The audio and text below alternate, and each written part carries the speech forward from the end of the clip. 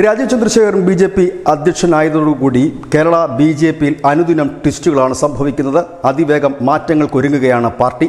സ്നേഹപൂർവ്വം അടുത്തു നിൽക്കുന്നവർ വെല്ലേട്ടൻ എന്ന് വിളിക്കുന്ന രാജീവ് ചന്ദ്രശേഖർ വന്നതോടുകൂടി തന്നെ ഈ മുടങ്ങിക്കിടന്ന കേസുകൾ അല്ലെങ്കിൽ BJPയും CPMുമായി ബാന്ധവത്തിലായതിൻ്റെ പേരിൽ ആണ് ഈ കേസുകളൊന്നും പൊങ്ങി വരാത്തതെന്നും പിണറായിക്കെതിരെ ഒരു ചെറുവിരൽ അനക്കാൻ BJPക്ക് കഴിയാത്തതെന്നുമൊക്കെ പരിഹസിച്ചവർക്ക് ഒരു വലിയ തിരിച്ചടി ആയിക്കൊണ്ട് തന്നെ മുഖ്യമന്ത്രിയുടെ മകൾ തന്നെ പ്രതിപ്പട്ടികയിലേക്ക് കടന്നുകൂടുന്ന ഈ കരിമണലിൻ്റെ മാസപ്പടി വിവാദവുമായുള്ള കേസ് ഇപ്പോൾ ദ്രുതഗതിയിൽ നീങ്ങുന്നു. ഈ അന്വേഷണത്തിന് ധനമന്ത്രാലയം ഇപ്പോൾ ഉത്തരവിട്ടിരിക്കുന്നു. Serious fraud investigation office SFIO ഇപ്പോൾ അന്വേഷണം വേഗത്തിലാക്കുകയും വീണ വിജയനെതിരെ പ്രോസിക്യൂഷൻ അനുമതി നൽകുകയും ചെയ്തിരിക്കുന്നു. ഇതൊരു വലിയ നീക്കം തന്നെയാണ് എന്ന് പറയേണ്ടി വരും. കാരണം ഇത്രയും കാലം പ്രതിപക്ഷമടക്കം ഇല്ലെങ്കിൽ BJPയിൽ അടക്കമുള്ള ഒരു ചെറിയ വിഭാഗമെങ്കിലും കരുതിയിരുന്നത് BJP CPM ബാന്ധവമാണ്. ആ ബാന്ധവത്തിൻ്റെ പേരിലാണ് ഈ കേസുകളൊന്നും ലാവ്ലിൻ കേസുമൊക്കെ അതിൽ പറയുന്നുണ്ടെങ്കിൽ അതിൻ്റെ കഥ മറ്റൊന്നാണ്. അത് ടെക്നിക്കലായിട്ടുള്ള ചില ഇഷ്യൂസുകളാണ്.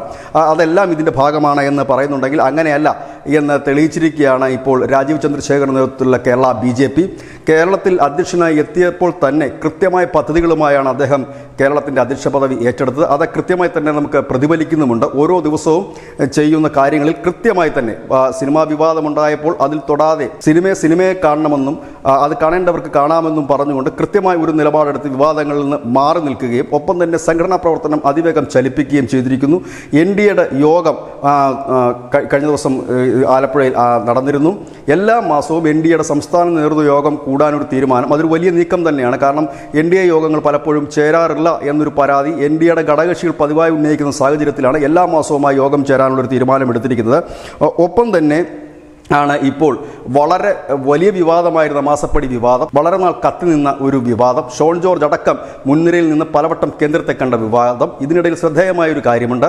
കുറച്ച് ദിവസങ്ങൾക്ക് മുമ്പാണ് പിണറായി വിജയൻ ദില്ലിയിലെത്തി നിർമ്മലാ സീതാരാമന് വിരുന്നൊരുക്കിയിരുന്നത്. ആ വിരുന്നിൻ്റെ ഉദ്ദേശവും ഇതായിരുന്നു എന്ന് അന്ന് പലരും പ്രതിപക്ഷ പാർട്ടി നേതാക്കളെല്ലാം തന്നെ പറഞ്ഞിരുന്നെങ്കിൽ ആ നിർമ്മലാ സീതാരാമൻ്റെ ധനമന്ത്രാലയം തന്നെയാണ് ഇപ്പോൾ ഈ പ്രോസിക്യൂഷന് അനുമതി നൽകിയിരിക്കുന്നത്. ഏതായാലും വെല്ലേട്ടൻ കളം പിടിക്കുന്നു. News India Malayalam.